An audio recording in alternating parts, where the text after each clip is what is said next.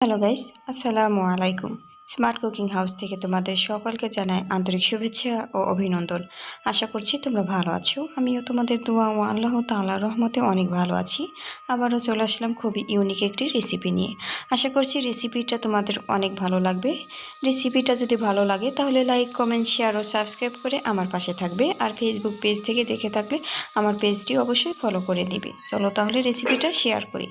এখানে আমি এক বাটি কচু শাক নিয়েছি আর নিয়েছি কিছু আলু কুচি, নিয়েছি মসুর ডাল, কিছু কাঁচামরিচ কুচি, পেঁয়াজ কুচি ও রসুন কুচি। দিয়ে দিচ্ছি স্বাদ মতো লবণ।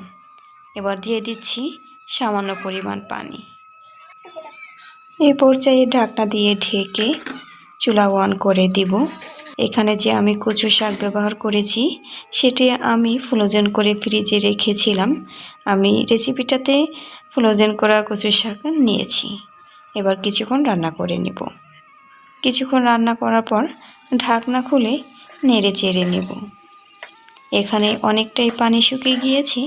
আমি নেড়ে চেড়ে নিয়ে আবারও সামান্য পরিমাণে পানি দিয়ে আবার ঢেকে দিব। আবারও ঢাকনা খুলে নেড়ে চেড়ে নেব। শাক অনেকটাই সিদ্ধ হয়ে গিয়েছে, আলুও সিদ্ধ হয়ে গিয়েছে। এই পর্যায়ে শাক একটি ঘুটনির সাহায্যে নেড়ে চেড়ে ঘুটে নেব।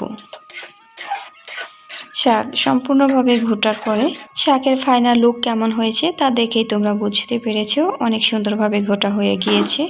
এই পর্যায়ে শাক নামিয়ে নেব।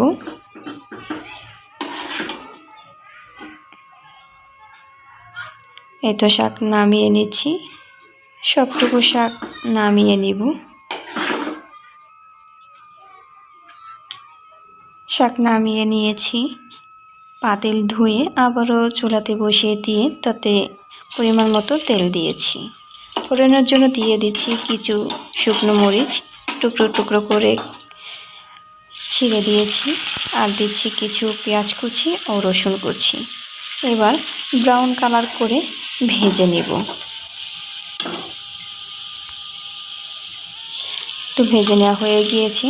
এবার শাক তেলের ভিতরে ছেড়ে দিব।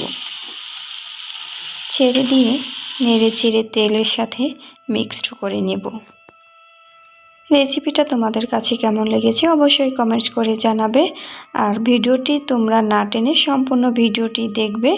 আর আশা করছি ভিডিওটি দেখার পর একটি লাইক, কমেন্টস ও শেয়ার করে দিবে। শাক রান্না করা হয়ে গিয়েছে। এবার নামিয়ে সার্ভ করে নেব। এই তো সার্ভ করে নিয়েছি। দেখতে কত সুন্দর হয়েছে এবং খেতেও বেশ মজা হয়েছে। আজ এখান থেকেই বিদায় নিচ্ছি। আবার দেখা হবে নতুন কোনো ভিডিওতে। সেই পর্যন্ত ভালো থেকো, সুস্থ থেকো। আল্লাহ হাফেজ।